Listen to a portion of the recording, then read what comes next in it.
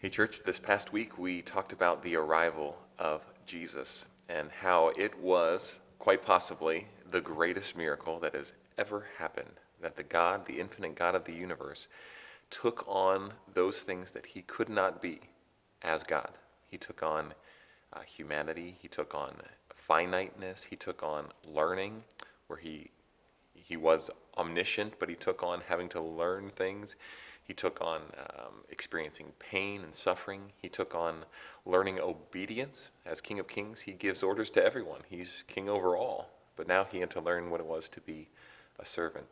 So we learned so many things about what Jesus did and in his coming. And today we're going to focus really in on his humanity and what that really means. We're going to dial into the book of Hebrews today, specifically in chapter 2, a short passage there. We're going to just dig in a little deeper, basically talking about what it meant that Jesus had to experience all that we experience. Because as God, he couldn't experience those things.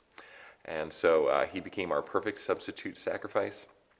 And we're going to talk a lot about today how he relates to us in our temptations, how he experienced all that we were tempted by and are continued to be tempted by. So as we read these passages, we're going to be generalizing some temptations that he faced in the wilderness.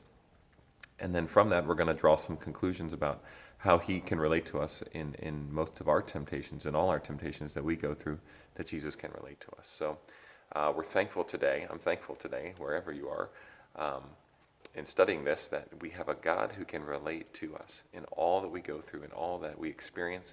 We have a God who has experienced all of these things and can relate to us and be a great high priest. He could be a perfect sacrifice, a perfect substitute sacrifice, and he is a great high priest who understands everything that we are going through.